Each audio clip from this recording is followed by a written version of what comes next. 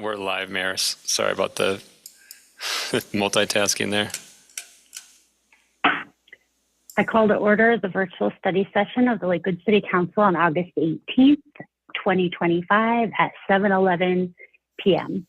To connect to the council meeting online, please use one of the following links at lakewoodspeaks.org or lakewood.org/council videos. For online public comments, that availability is on lakewoodspeaks.org. You may post comments of any length through tonight and until 10 a.m. tomorrow morning for any topics that are related to this evening's presentation. Will the clerk please start us off by calling the roll? Mayor Strom. Here. Cruz, I. Here. Cruz, K. Here. Furman. Here. LeBure is absent. Lowe. Here. Matt Guerrero. Here. Nystrom. Here. Ryan. Here. Sharzai is absent. Sinks. Here. I'm here now. Oh, she is here. Oh, great. Thank you, Counselor. And Here. And Here. believe I heard. Here. Okay, Mayor Strom, you have a quorum. Okay, thank you so much. And I did notice we have Jessica Dominguez in the attendees. She will be presenting at some point in the next few minutes if you guys will promote her over. Sure, we'll bring her over. Thanks. Okay, thank you so much. Good evening, everyone. Tonight, the first topic that we have on our study session agenda is called YIGBY. Maybe a strange name if you've not heard it before. Yes, in God's backyard is what it is known by. This is a topic that was brought forth through our Counselor Roger Lowe, and as for request for consideration as we are looking through other housing policy. So with tonight's topic on YIGBY, what we'll do is we'll give the counselor or the floor to Counselor Lowe to introduce, discuss, and introduce the speaker that he's got joining us tonight. We'll then have the opportunity for questions and answers. So with that, Counselor Lowe, I'll go ahead and hand the floor over to you. Thank you, Mayor, and good evening, Council. Well, we're back again talking about YIGBY. Good to see you all again. As you all recall, we had a somewhat in-depth discussion on this topic about a month ago as part of the request for council action. So let me try to give a quick summary of how we got from there to here. We had an 8-3 vote on the request for council action. That very helpfully cleared the way for me to sit down with our city attorney and our city attorney's staff to talk about some of the important issues around how YIGBY is to be drafted in terms of making sure that it is in a good place legally, addressing some of the legal issues, and I know our city attorney is working on that. Candidly, one of the things that discussion, part of this job is admitting when one's colleagues are right. One of the things the discussion with the city attorney, I think, underscored for me is that there are complicated issues here, and I didn't want to rush it. So for the counselors that were sort of making that point when we had this discussion about a month ago, I think you were right. I think this is an incredibly important topic, but we don't want to rush it. And so first of all, I want to signal tonight that I'm not going to be offering this as an amendment to the zoning reform ordinance that we're all working on. I just think that will add quite a bit of pressure to an already very complicated ordinance with a lot going on in it. So that's point one.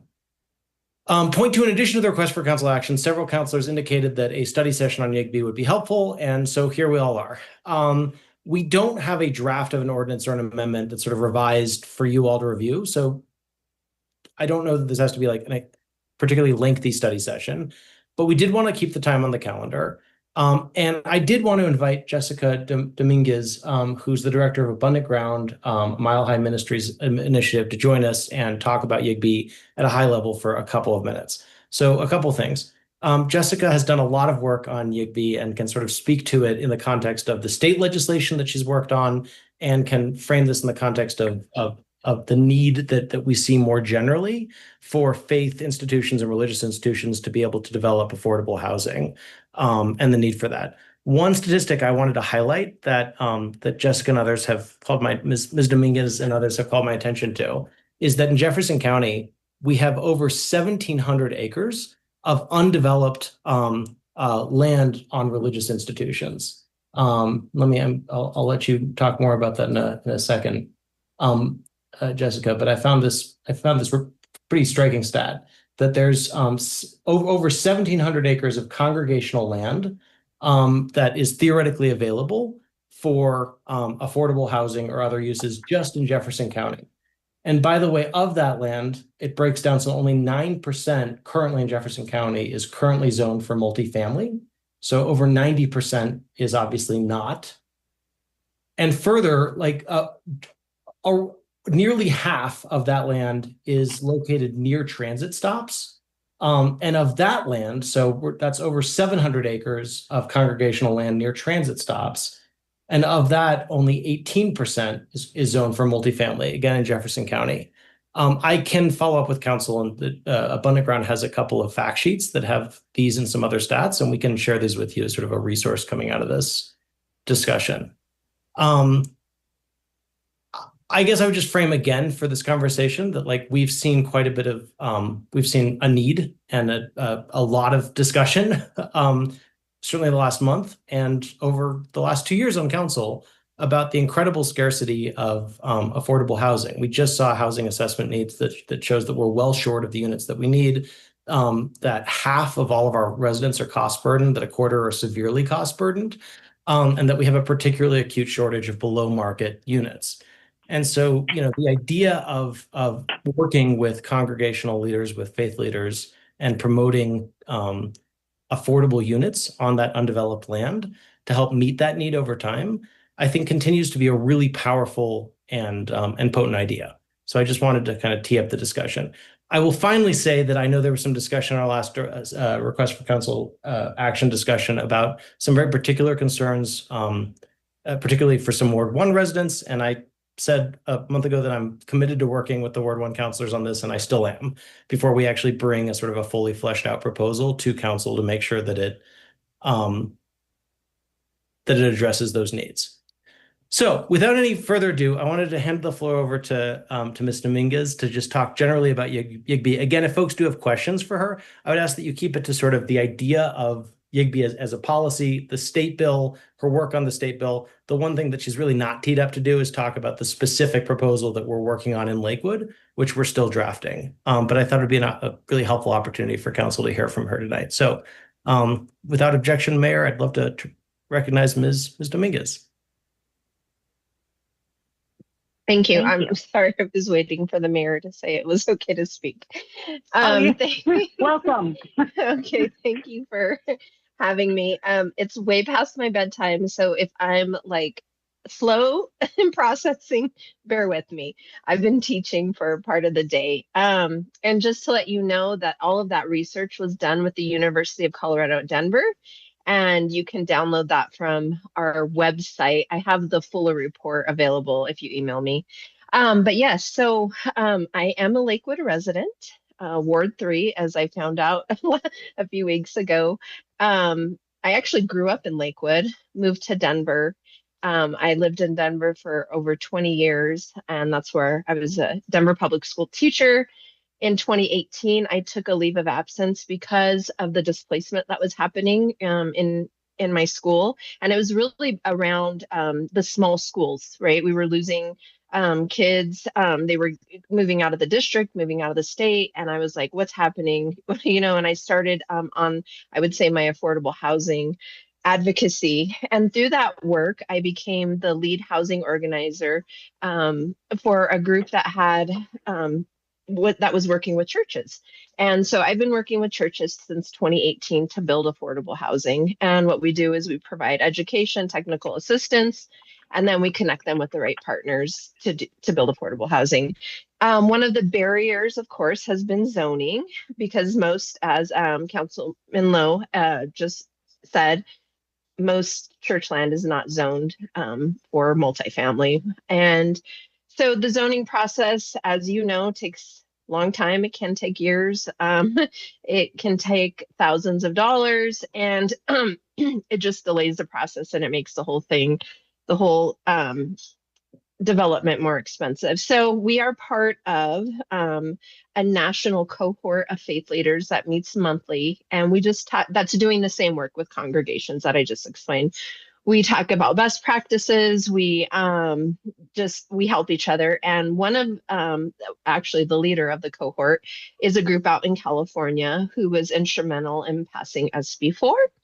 And as you know, that's the zoning reform that they did. They passed in California for religious land and school land. And that was for 100% affordability there. And so that got me thinking, what could we do here? And so a group of us, myself, Michelle, with Barago Strategies, we talked to Senator Gonzalez, Julie Gonzalez, and she liked the idea. She pitched it, and they ran the bill with Rep. Andrew. And yeah, it was a long process. We met weekly, debating back and forth, like what's the right affordability, debating back and forth, what's the right height to go, and really bringing in all sorts of stakeholders talking about, okay, well, if we pass this, then also is there going to be money, right, that we can actually do building with. And so as you know, it didn't pass, and it was mostly around local control, and I understand that. I've actually done some really deep research on who has like tried to pass the bill and who has been successful. And most of the time it has not been successful, and it has been because of local control. And so I was so pleased to hear that one of our pastors, Pastor James down at the bridge, got to speak with Councilman Lowell during the prayer breakfast over the summer. And now you guys all are running it here. I have some pretty deep research that I've done personally on the bill in terms of like who's ran it across the state, why it did or did not pass, different terms of affordability. And so I'm happy. That's kind of the high level real quick, but I'm able to answer any questions. And Mayor, if you're okay, I'll just wrap up and then we can open it to any questions. Sounds good. I thought, given the interest that folks clearly had at the meeting last month, Ms. Dominguez would be a good resource for council as we consider this moving forward. Two final points. One, we actually, both of us participated in a discussion. Councilor Kay Cruz was at that too, that the bridge hosted a couple of weeks ago. I was candidly struck by how many, there were like 40, I don't know. Jessica, what would you say? Maybe 40 faith leaders or so there? Yep, 40 faith leaders, yeah. And when I asked how many of them worked or lived in Lakewood, I mean, the overwhelming majority of them raised their hands, who were enthusiastic about this. I mean, one of the things I think that that drove home to me is like there are, pastors and faith leaders in our community that are really thirsting to work with secular partners on solutions around affordable housing. But a theme I've heard repeatedly is that, the zoning restrictions can sometimes get in the way. And that I guess I'd sort of ask the question I asked a month ago. If given that we clearly have a need for more sort of deed restricted affordable housing, if there are churches and institutions of faith in Lakewood that want to set aside some of that undeveloped congregate land and they want to partner to do that with reasonable restrictions, and we obviously need to draft this in a responsible way. I think our city attorney can help us do that. But with reasonable restrictions, for instance, the proposal that I have in mind is nothing higher than mid-form residential, so still quite a few guardrails. And provided that some significant chunk of that housing is deed restricted to affordability, why would we not want to do that? If to the extent that some congregations actually take us up on that, that just seems like a really, really good scenario, given that this is an acute need in Lakewood. The final thing I'll mention, which is part of why I think it all fits potentially well on the agenda tonight, is one thing we are looking at, depending on the timing, as long as it doesn't disrupt or slow anything down, if we don't add it to the overall zoning ordinance, as I indicated we would not, is offering it as an amendment to an inclusionary zoning ordinance, depending on the timing of that. So that's sort of another reason it's potentially topical tonight. That being said, if folks, with the important caveat that like we still don't have a draft text or amendment, and obviously that's important, and I'm sure some folks are going to want to see that, and then we'll have further questions at that point before they're comfortable like moving forward.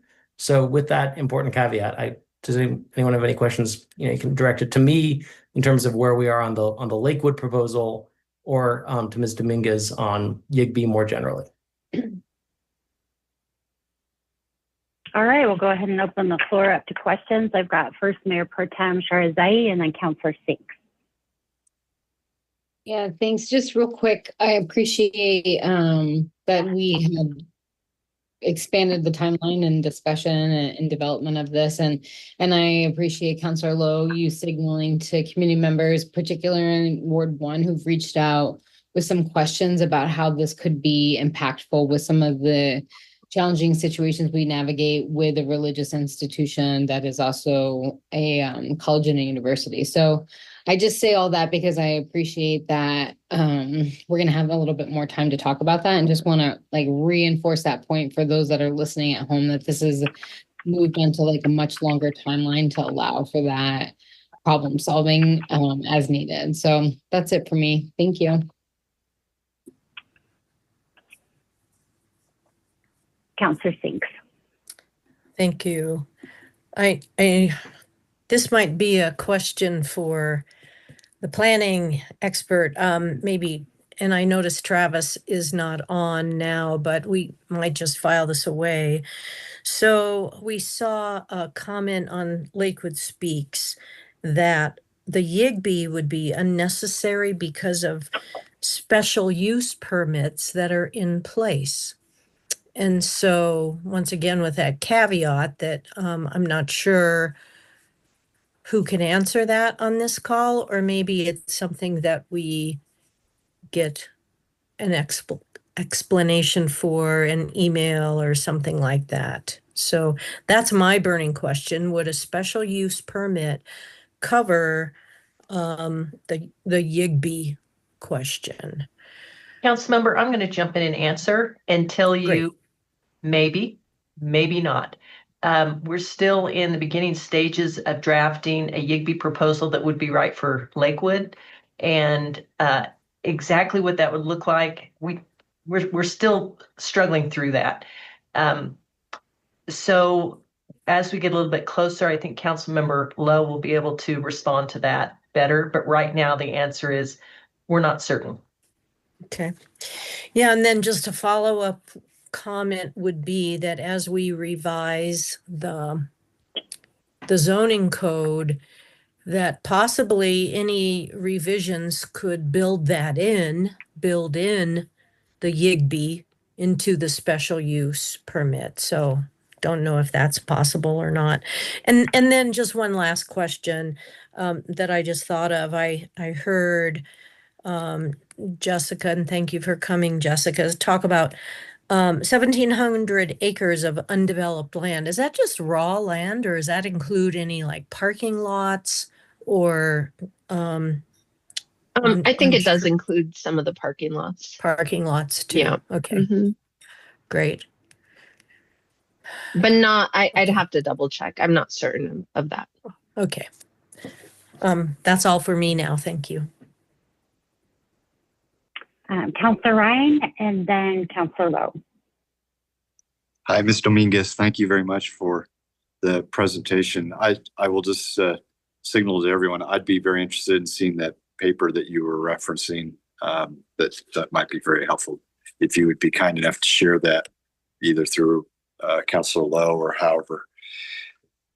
I wonder when you're working on the state bill, if there were example cities that you became very familiar with that kind of guided your thoughts on how to proceed, and if there have been some additional cities that maybe you've found since that time that has presented some interesting options.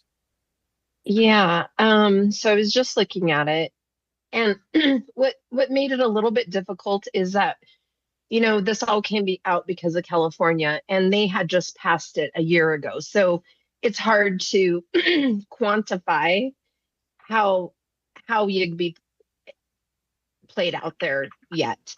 I think what I did hear from some people is that they did require 100% affordability, and that maybe they would have eased up on that a little bit because it was hard to make, excuse me, I'm a little bit sick. It was hard to make the numbers work. So I know they passed it also in Oregon. And then I believe somewhere in Massachusetts it was passed. But I don't have the exact affordability requirements.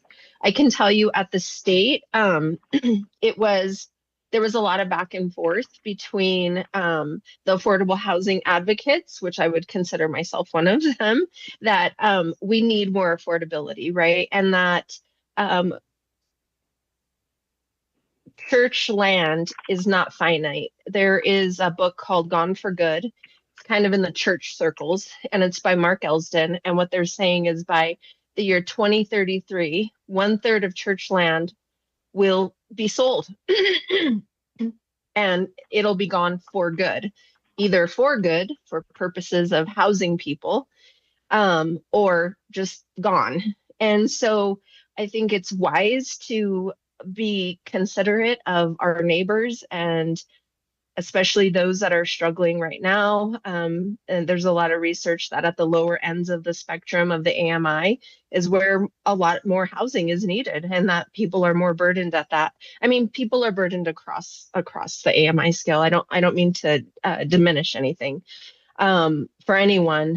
But if we look at it in terms of like, what's the housing that's needed, and maybe work backwards from there to try to retrofit a number that works for you all. At the state, it was a little bit complicated. It was 20% affordability would have been required if rents reached 120% AMI. And so what we found out is that there's not many localities in Colorado where the rent actually reaches 120% AMI.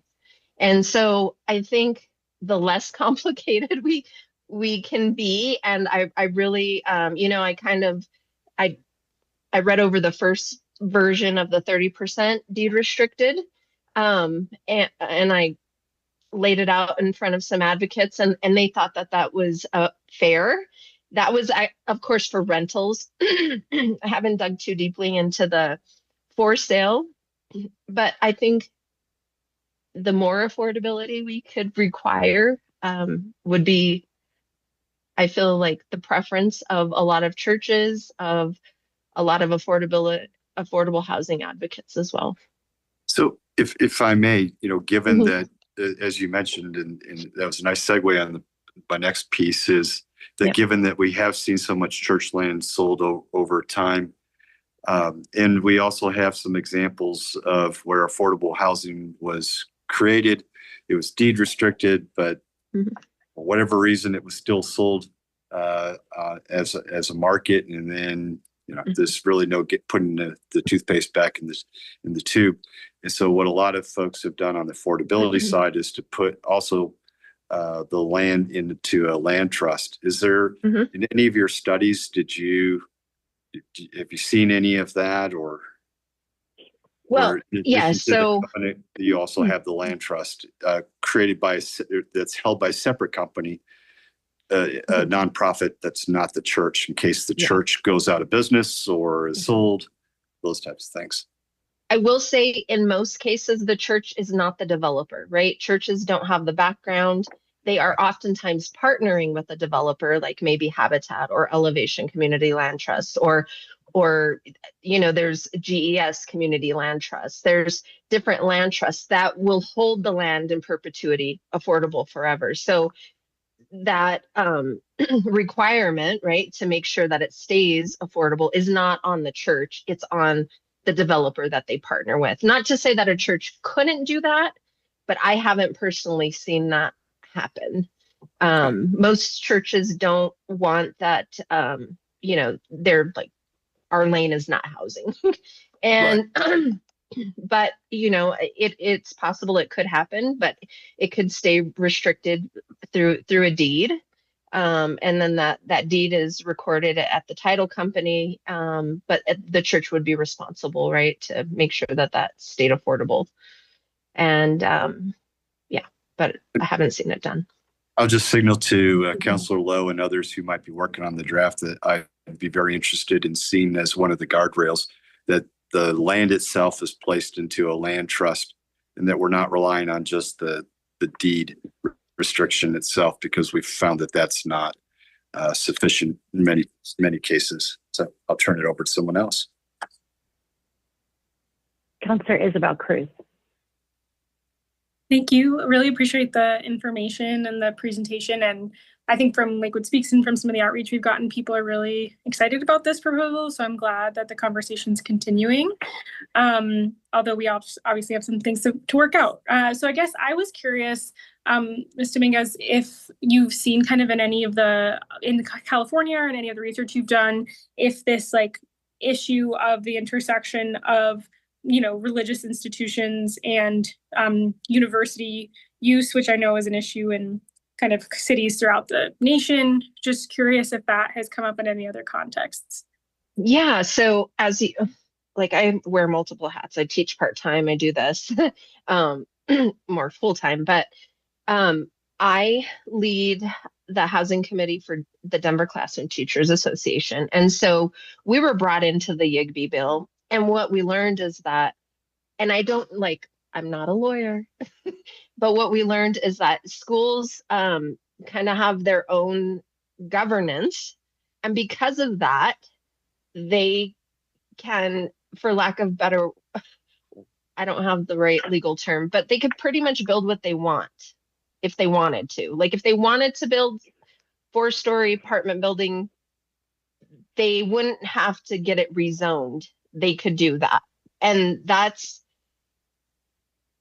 I don't know if that's always the case, but I've heard that multiple times. In California, they just put in higher ed. It wasn't like all school land. And so maybe higher ed is a different animal there. I don't know. Thanks. Councilor Lowe. Yeah, thank you. I wanted to briefly speak to your question, Councilor Sinks, that came up a moment ago. So this is just an answer from one. I think it would obviously be worth talking to our city attorney further about this, and also to the planning department. The chair of our planning commission did review that statement about special use. I just thought I'd pass along his take for what it's worth.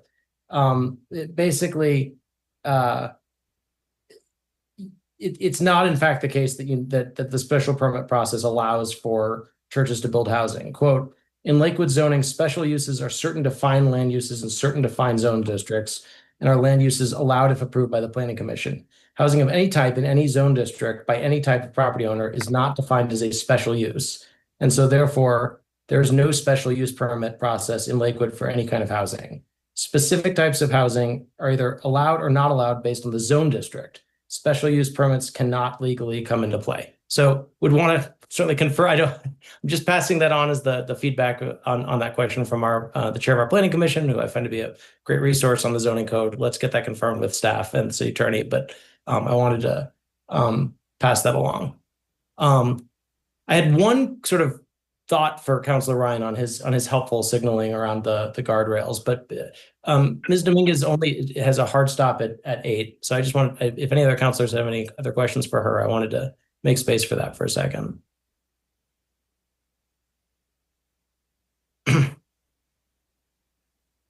Okay.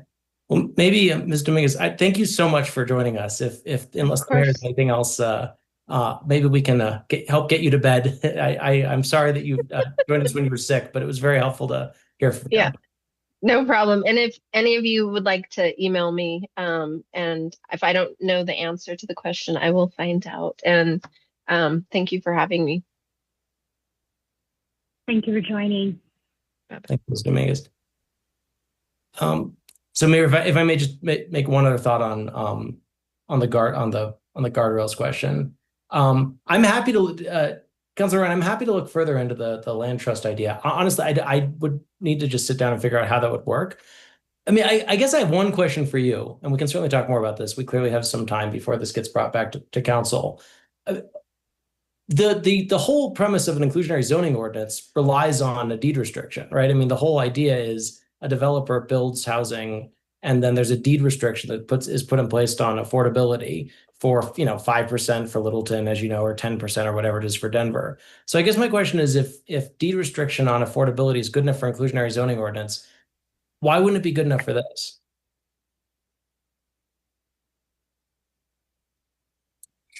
What I'm saying is there are too many examples where folks have built affordable housing, and despite the covenant, the property has been sold at market rates, and then it's gone. You could sue, you could do all sorts of other things. You can be unhappy about it, but it's done. Now, you hope that the title company is going to catch that thing. And so what a number of groups like Habitat and some of the others have said, we're going to own the underlying land. So this can never happen. You mentioned belts and suspenders. That's exactly your belts and suspenders piece there. Whether that makes sense for overall inclusionary zoning or not, that's beyond. I'm not trying to distinguish one from the other saying, well, we don't need it for this, but we need it for this. I'm just saying, if we're truly trying to build affordable housing, we need to make sure that it stays affordable housing in some way. Okay, no, that makes sense. It just strikes me as sort of, the deed restriction is certainly a tool that we've used, that I believe it's the primary tool we're using for the bend, although there could be some other belt and suspenders things there. I appreciate, we sort of talked about this last month. I appreciate that there could be some question about this.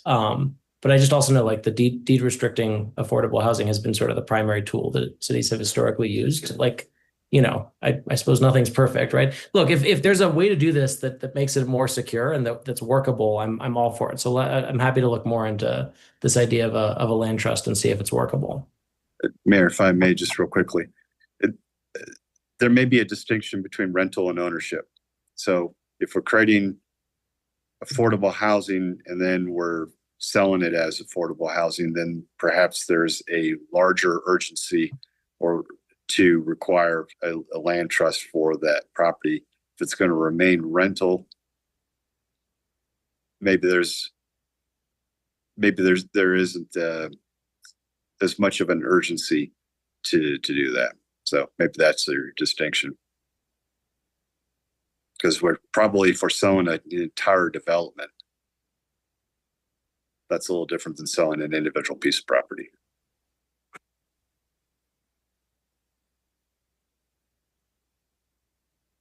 Councilor, was your hand back up? Well, I was just going to suggest landing the plane on this, Mayor, and moving to our next topic, unless. Thank you. Well, thank you.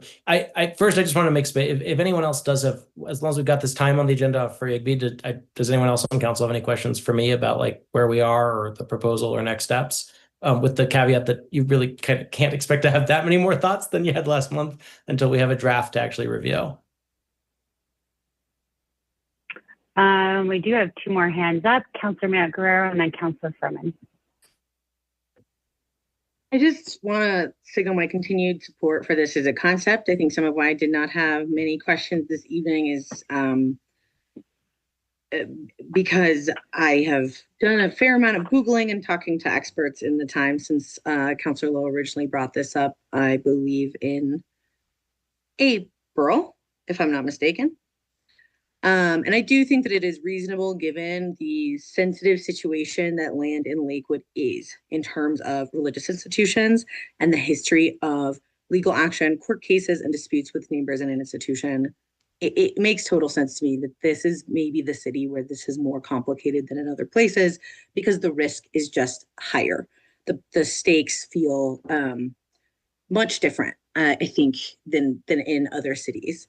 I will also, I just want to commend Councilor Lowe and staff and everyone who's been supportive of this so far for getting it to where it is now. And I do think that if it turns out to be appropriate to fit into an inclusionary zoning code, process. As sort of the person who's helping drive the ball on that, I want to just indicate to everybody here, I'm extremely open to that. My hesitance, I think, is going to be the same as anyone's hesitance was in the full zoning, which is just, does that give this one topic enough time to be vetted on its own legally and to be thought through with the community on its own if it's folded into something larger? That to me is not a deal breaker. It just means let's make sure that we like keep asking those questions as we go. And I think that we will continue to talk about what that IZ schedule is on the next agenda item anyway. But I really just wanted to ensure and be clear and indicate my wholehearted, continued, long-lasting vocal support on this. And if we don't figure it out before the legislature does, maybe we can make sure that I think just to all of the points that have been brought up, that however that ends up unfolding, this conversation is going to help us do the right, implement it in the right ways and be ready for it. So just want to thank Councilor Lowe for and the staff for the work. Councilor Lowe.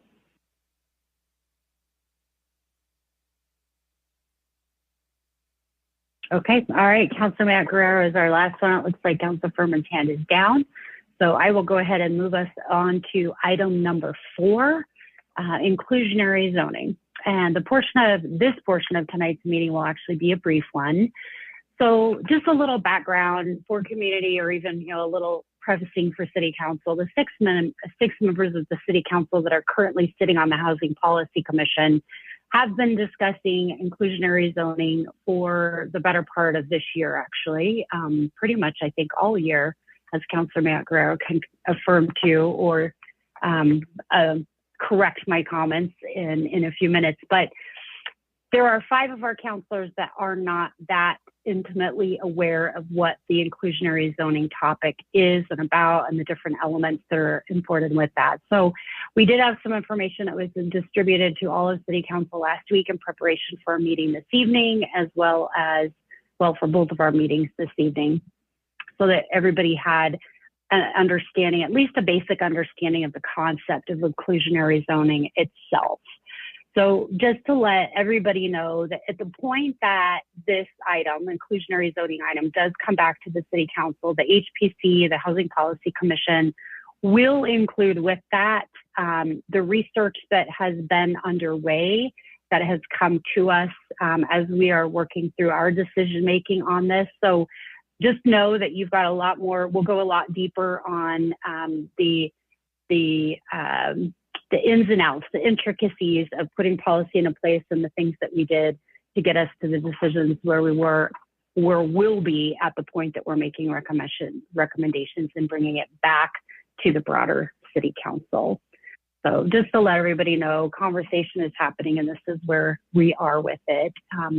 Councilor Matt Guerrero, with being the chair of the Housing Policy Commission, I'll give you the floor to add any comments that you'd like, and or to get us started on the conversation as far as next steps on this topic. Thank you, Mayor. I think that the combination of a few different things that you just listed, but having an executive session and conversation today, and then having the consultant unfortunately have to be reworking some numbers, so we don't have our final presentation and our final studies for you all on this topic, has led the recommendation to be that I believe that we should postpone this to a date certain. I defer to the city manager and Mayor Strom on when that is able to be. It is unfortunate, as I know we have a really hectic September and October. And so I think that there is the potential for pretty serious timing implications in terms of how this is able to move, how it works with our new zoning code, and how you all will then be able to carry this conversation forward with a different council and make sure that people are getting up to speed in a way that allows the conversation actually continue to move forward rather than rehash the last couple of years of work on this. So I will first, I think, ask that question to Ms. Hodgson and to Mayor Strom on the date that we will get to talk about this next. And I believe we have possibility coming up on November 3rd. Ms. Hodgson?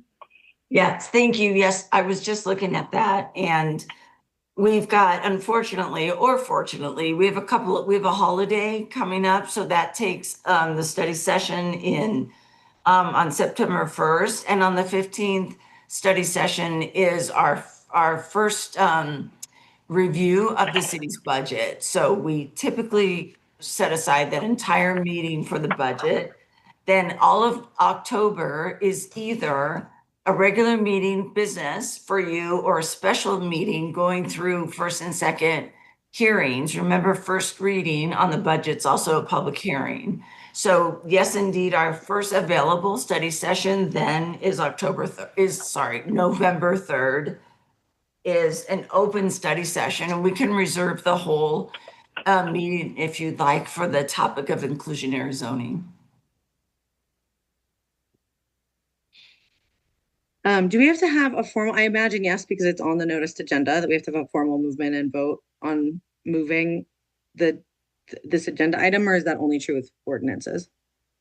Because this is a study session, there is no formal vote that can take All place. right. So just basically directing the city manager is our standard procedure. Great.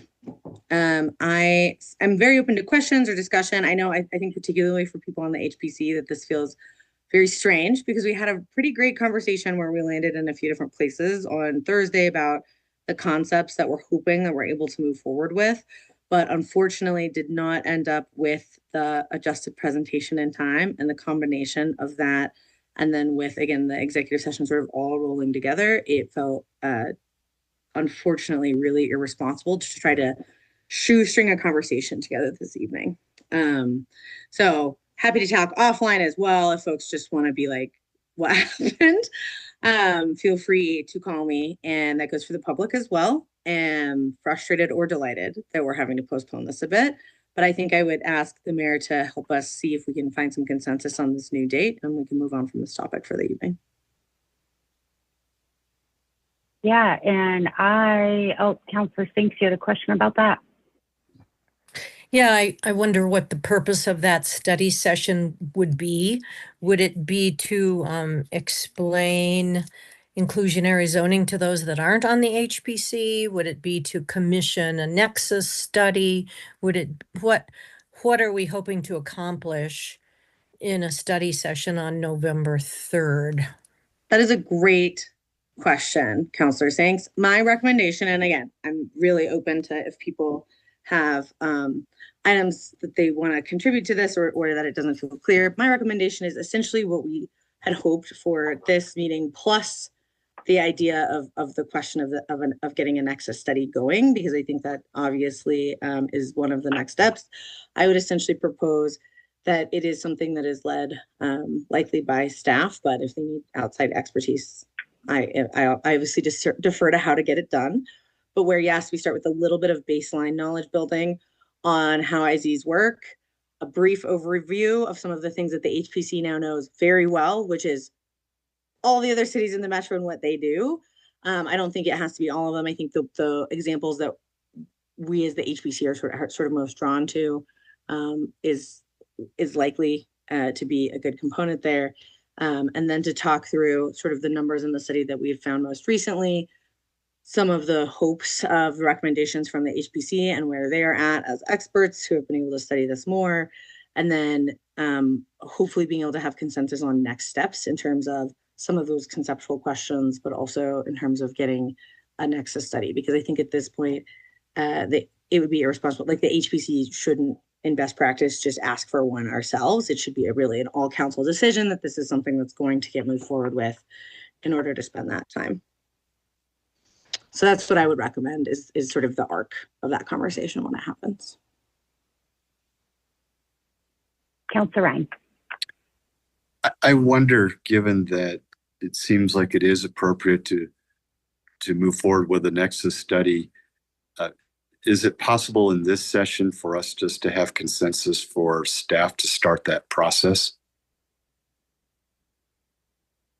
I guess my question is, are the people who aren't on do the folks who are not on the HPC feel like they have the information to say that?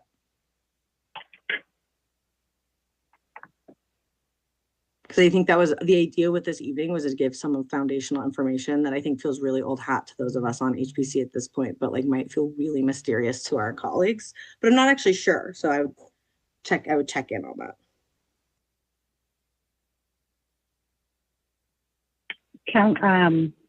Ms. McKinney Brown, you have can you help us on what you guys need from us in order to authorize this?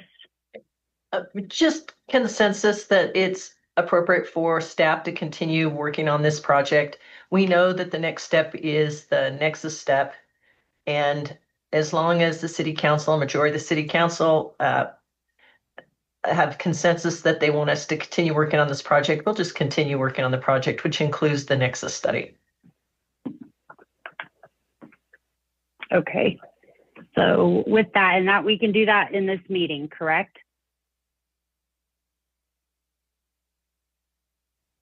Yes, because you're not making a final decision about is the Nexus study good or bad. You're just authorizing staff to continue working on a project that we've been working on for quite a while. And anything that gets completed would have to be coming back for city council to review and decide if it was right for Lakewood or not. Okay, thank you for that. And with that being said, do we, can everybody nod or shake your head based on your opinion of doing a Nexus study? A nod would be, yes, please go ahead and commence with the process needed to get this started.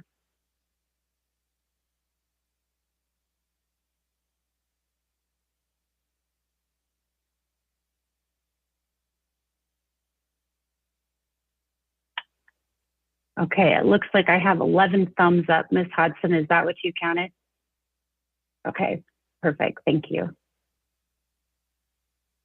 Would, with staff being on the phone, is there any other direction that you need from the city council at this time on this topic?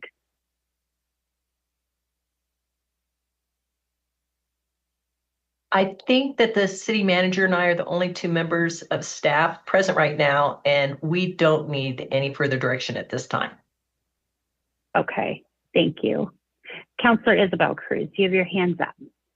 Thank you. Yeah, one of my questions was going to be around just like potentially seeing how we can move forward the Nexus study without the study session. So check. I'm glad that that moved forward. I'll just say as a member of council who's not on the Housing Policy Commission, I think a majority of council is with the 6. And so I feel comfortable with kind of starting a conversation from the recommendations that you all make. This is a policy conversation we've been talking about for a while. And I just want to know, I'm not opposed to the November 3rd study session by any means. But I do want to note that with the timing being so close to the election, that if we're going to need to kind of bring folks up to speed again, like whether it would be like there'd be greater utility in doing it after the election with whatever recommendations the Housing Policy Commission has already moved forward. So that's just my 2 cents. I don't have a strong feeling either way. I'm just worried that we might end up duplicating work by doing it before the new council comes on.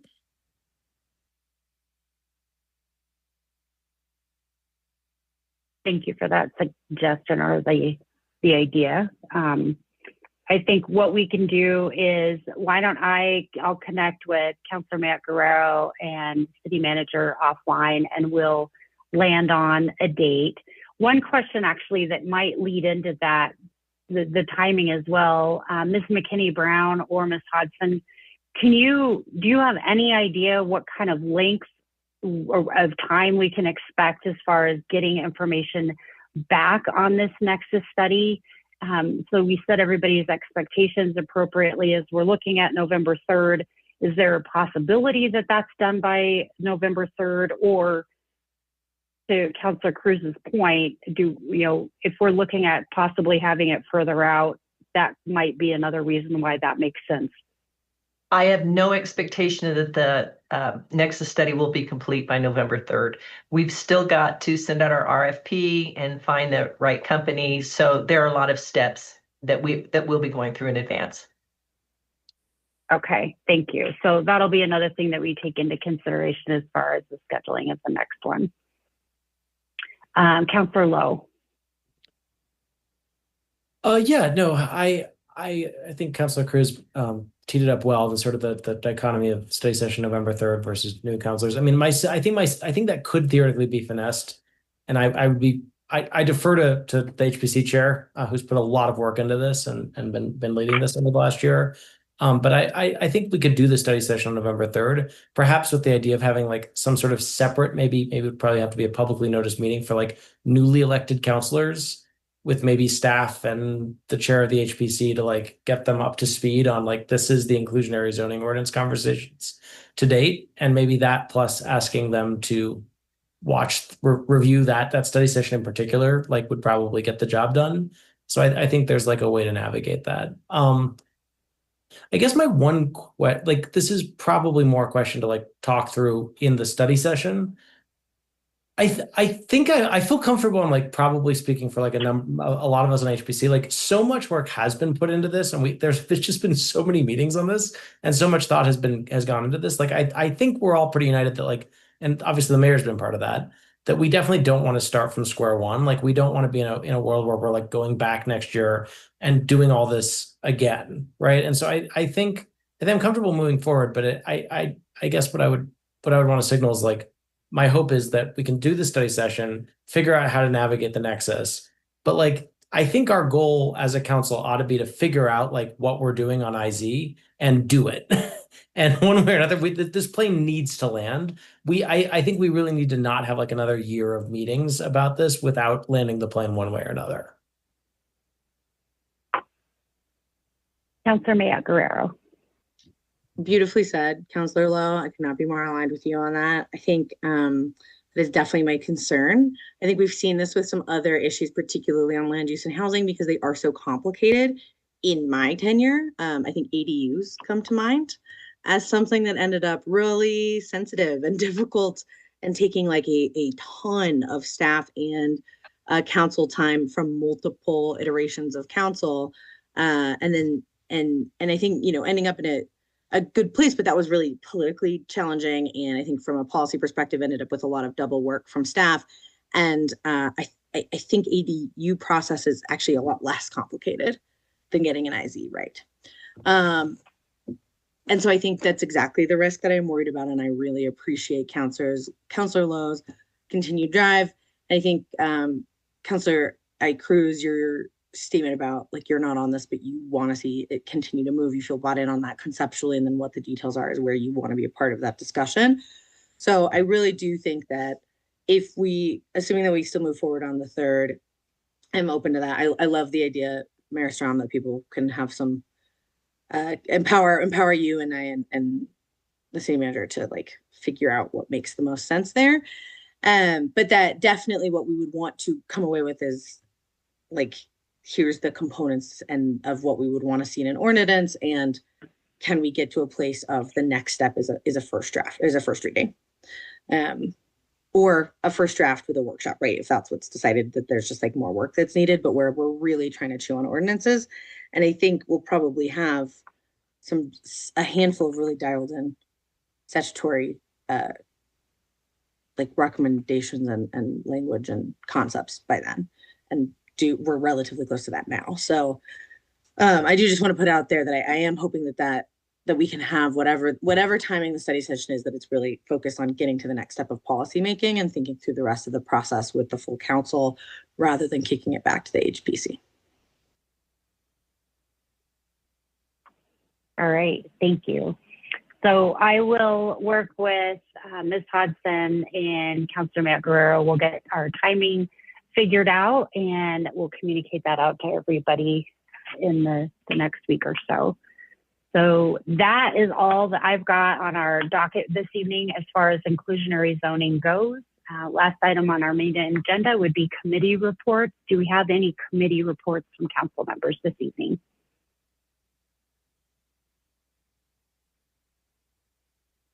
Councilor Isabel Cruz and then Councilor Mayotte Guerrero. Thanks. I'll be quick. Just wanted to say from the legislative committee front, folks might notice that there is a special session going on. There's not a lot of local government related policy. So we're not doing anything. If any of my colleagues have any questions about that, we are leaving that in our trusty lobbyists at CML's hands. But we will be meeting in September, and then just mark your calendars for October 8th for our legislative. So that is all from the legislative committee, and if anybody's interested, there's some Colorado Sun articles and other information about special session. Thank you. Councilor Matt Guerrero. Just add a little bit extra to where we are from the HPC from last Thursday, which is that we are pretty aligned with what we are hoping as a model from the IZ. Unfortunately, the consultants had some math that they couldn't quite explain, and we haven't actually gotten that information back, which is why we're not having a detailed conversation this evening. I think that when we have all of these things final and their final report, it will be extremely useful, but making sure that on something that promises to be hopefully impactful, but also as we know, really a touchy topic for a lot of members of our community. I want to make sure that due diligence is actually there before it's becoming this public process. And I mean, it's already a public process. It's in the IZ, you can watch the recording, or in the HPC, you can watch the recordings.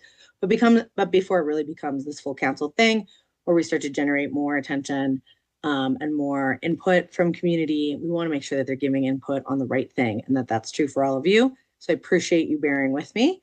But I will share that the HPC is in a pretty good place, and we're pretty excited about this possibility, and especially how it might be able to work together with other items like YIGB, like maybe updates to the EDM, the Enhanced Development Menu, and like our new zoning code over the next few years to start to best support the building of housing that is more affordable to a broader diversity of people in our community.